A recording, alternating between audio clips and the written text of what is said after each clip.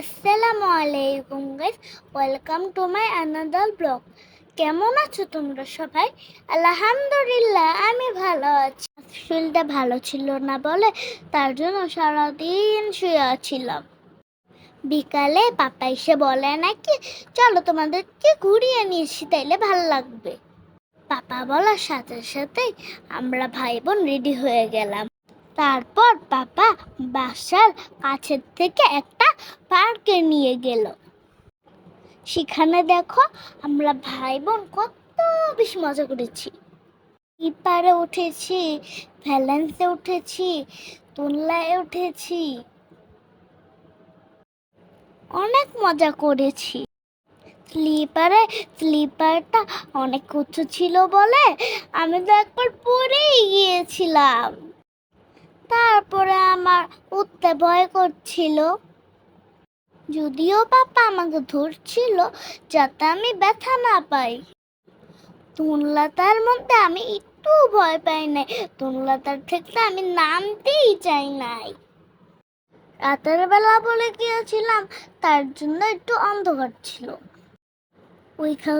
ওইখানে কিন্তু আমার মতো অনেকগুলো বাচ্চা এসেছিল। রিয়ানের খালি স্লিপারই ভাল লাগে, রিয়ানের স্লিপার থেকে আসতেই চায় না। অনেক দোলনায় ডাকার পর লিয়ানে এসেছে। তারপর আমরা ভাই বোন অনেক জোরে জোরে দোল খাচ্ছিলাম, খুব মজা হচ্ছিল। কে কে আমার মতো দোল খেতে পছন্দ করো ছোটবেলায় অনেক বেশি কমেন্ট করবার কিন্তু। অনেক খেলাধুলার পরে একটু ক্ষুধা লেগেছি ফিরল। রিয়ান কিন্তু একটু আসতে চাচ্ছিল না, রিয়ানে খেলা শেষই করতে চাচ্ছিল না।